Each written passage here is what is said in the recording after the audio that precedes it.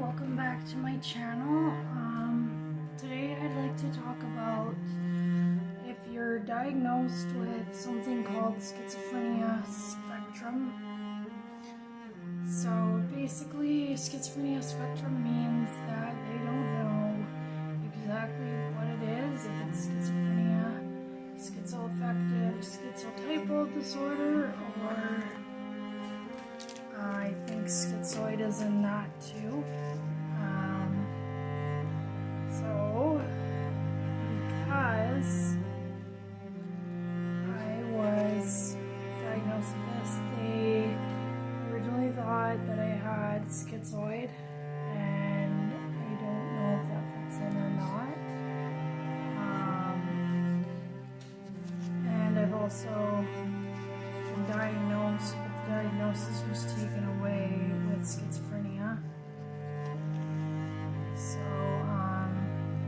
they really don't know, they're still doing tests, but the symptoms that I have are hallucinations, auditory, I smell things, I can see stuff, and it will happen almost every day unless my medication is solved. But so far I have found that my Seroquel, I think I got like a tolerance to it or something, but I find that it works for like a few months and then I have to increase the dose. And now, when I was like 16, I was only on 25 milligrams for every night. Now I'm 25 and I take 250 milligrams, sometimes more depending on the day, but I can take up to 350 in a day. So, sorry my hair is really greasy and not looking so good, but I've noticed they come back, so they are back. It's amazing. I did my makeup today. I went to school, tried to do as many normal things as I could, because I do find it difficult to take care of myself when I am. Sorry guys, little interruption. So, where was I?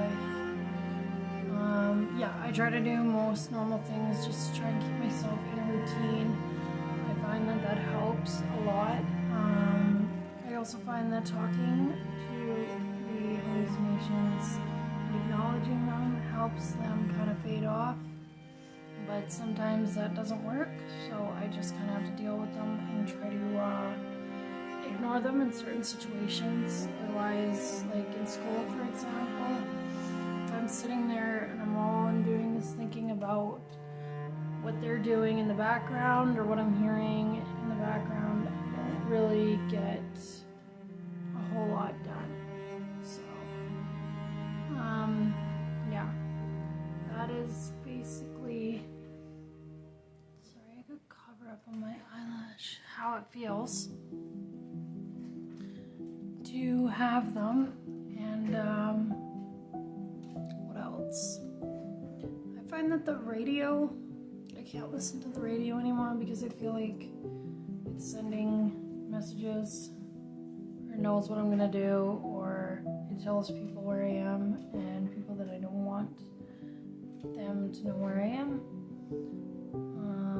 And with the borderline, I get the mood swings, I get the paranoia on top of the borderline and whatever's going on with the hallucinations. So that makes it a lot worse. I feel like having both of those symptoms and stuff together, it makes my life really challenging at times, and it makes the people that I'm with worried a lot of the times. I really struggle with keeping friendships and just being engaged into what my friends are doing, because I don't find that a lot of activities are enjoyable.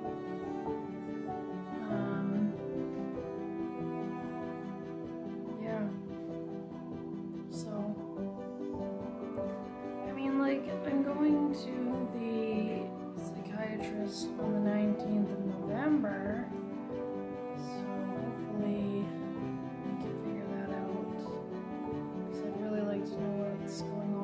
this since I was a 13-year-old. About 13 anyway. Around 12, 13, I'm gonna say.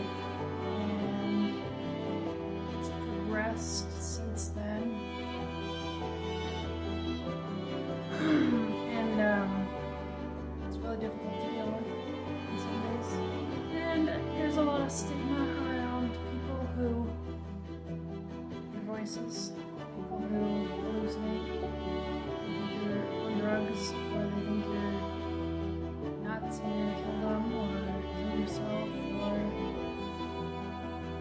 just do completely heinous things, and that's not the case.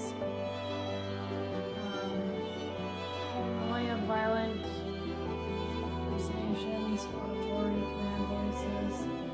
I don't typically act on them, and if I do, it is harm to myself. I've cut a lot, and I have a lot of self-harm injuries that I'm currently trying to cover up with tattoos. They're not as bad as some people's, but they are there. And when people see them, everybody's got their opinion on it, and everybody has something to say, whether it's disgusting, why would you do that to yourself, to, oh my god, you know, when I was doing this, I did this. It's kind of like, sometimes it reminds me of pregnancy, because in pregnancy you get a lot of unwanted judgment and advice that you really didn't want in the first place, but people feel like since you're pregnant they should give it to you. Kind of feels the same way with self-harm. It's the unwanted attention, basically. So yeah,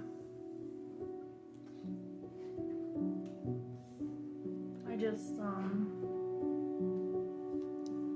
wanted to check in and talk about that, because I haven't done a check-in yet, and I think for my next video I will talk about my teenage years. I will try to make it as in-depth as possible, but there will be some stuff that I don't want to talk about because it will not be beneficial for the story to tell it in great detail. I don't want to trigger anybody too much or traumatize them because it is quite a story, and nobody should have lived through what I've lived through. So with that being said, thank you for all your support in watching my channel, subscribing to my channel, and if you like any of the videos or you have any suggestions for videos, just leave it in the comments below. Okay, guys? So I'm gonna let you guys go. Okay?